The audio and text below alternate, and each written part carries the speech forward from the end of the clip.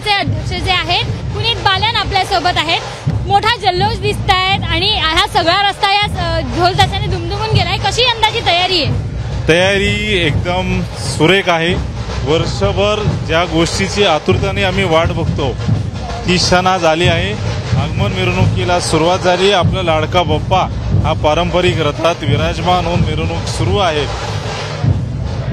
पारंपरिक वादनांनी ह्या मिरवणुकीची सुरुवात झाली आणि या 10 दिवसात धार्मिकता, परंपरा आणि पावित्र्याला जपून आणि त्याच्यात आरोग्याला पण जपून आरोग्य शिबिर असेल, विविध उपक्रम असतील, हे घेऊन ही गणेशोत्सव साजरा होईल। प्राण प्रतिष्ठेची काय काय तयारी करण्यात आली आहे?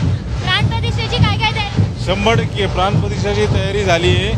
बरोबर 12:30 वाजता जे आध्यात्मिक व्यक्ती आहेत जया किशोरीजी यांच्या हस्ते प्राण प्रतिष्ठा स्थापना होणार। 10 दिवस हा सगळा उत्सव चालणार आहे। 10 दिवसाचं काय काय नियोजन आहे? अनेक गणपती मंडळ वेगवेगळ्या पद्धतीचं करते, यंदाचं काय वैशिष्ट्य आहे? आमचं वैशिष्ट्य हेच आहे की ऐच्छिक अभिषेक असेल, आरोग्य शिबिर असेल आणि धार्मिकता याला जपूनच ही उत्सव साजरा होणार आहे।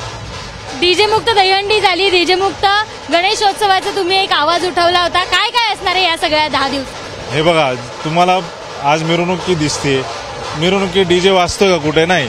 पारंपरिक वादनांनीच सुरुवात होती, पारंपरिक वादनांनीच होणार आहे।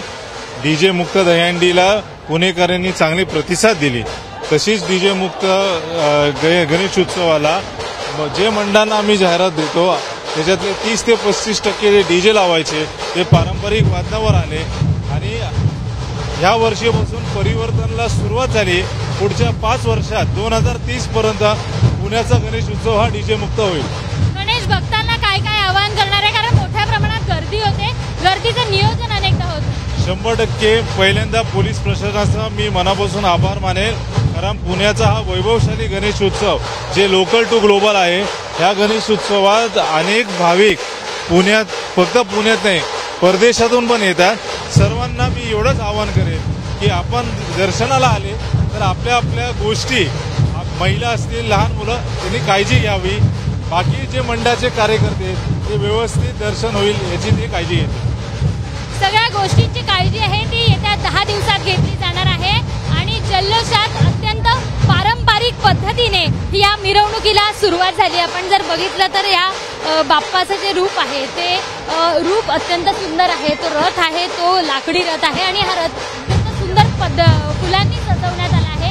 हे मनमोहक दृश्य पाहण्यासाठी, आपापल्या मोबाईलमध्ये टिपण्यासाठी पुणेकर गर्दी करतायत आणि पुढचे 10 दिवस हाच जल्लोष असाच सुरू असणार आहे। कॅमेरामन विजय राऊत, शिवानी पांढरे, एबीपी माझा, पुणे।